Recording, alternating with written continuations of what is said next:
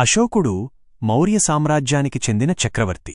క్రీస్తుపూర్వం 268 నుండి 232 వరకు పరిపాలించాడు. కళింగ యుద్ధం తర్వాత ఆయన మనసు మారి శాంతి, ధర్మం మార్గంలో నడిచాడు. బౌద్ధమతాన్ని స్వీకరించి దాని వ్యాప్తికి కృషి చేశాడు.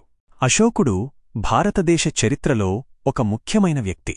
ఆయన పరిపాలనలో దేశం శాంతి, సౌభాగ్యాలతో విలసిల్లింది. అశోకుడు ధర్మం, న్యాయం, కరుణ వంటి విలువలను ప్రోత్సహించాడు. ఆయన వేయించిన శాసనాలు నేటికీ మనకు మార్గనిర్దేశం చేస్తున్నాయి. అశోకుడి జీవితం మనకు ఎన్నో విషయాలు నేర్పుతుంది. మనం కూడా శాంతి, ధర్మం మార్గంలో నడవాలని, అందరినీ ప్రేమించాలని ఆయన సందేశమిస్తుంది. అశోకుడు క్రీస్తుపూర్వం 304లో పాటలీపుత్రంలో జన్మించాడు. ఆయన తండ్రి బిందుసారుడు, తల్లి ధర్మ. అశోకుడు చిన్నప్పటినుండి యుద్ధ విద్యల్లో ఆరితేరాడు. యుక్త వయస్సులో ఆయన ఉజ్జయిని గవర్నర్గా నియమితులయ్యాడు. అక్కడ ఆయన తన పరిపాలనా దక్షతను చాటుకున్నాడు.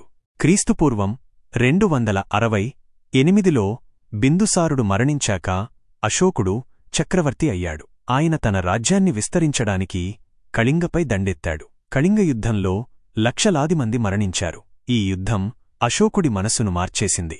ఆయన యుద్ధాన్ని విడిచిపెట్టి శాంతి మార్గాన్ని ఎంచుకున్నాడు.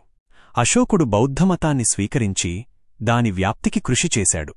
ఆయన తన కుమారుడు మహేంద్రుడు, కుమార్తె సంఘమిత్రను బౌద్ధమత ప్రచారం కోసం శ్రీలంకకు పంపించాడు. అశోకుడు అనేక స్తూపాలు, విహారాలు నిర్మించాడు.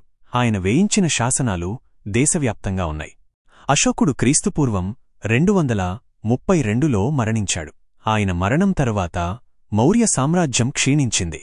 కాని అశోకుడి పేరు మాత్రం చరిత్రలో చిరస్థాయిగా నిలిచిపోయింది. ఆయన శాంతి, ధర్మం, కరుణలకు చిహ్నంగా నిలిచాడు.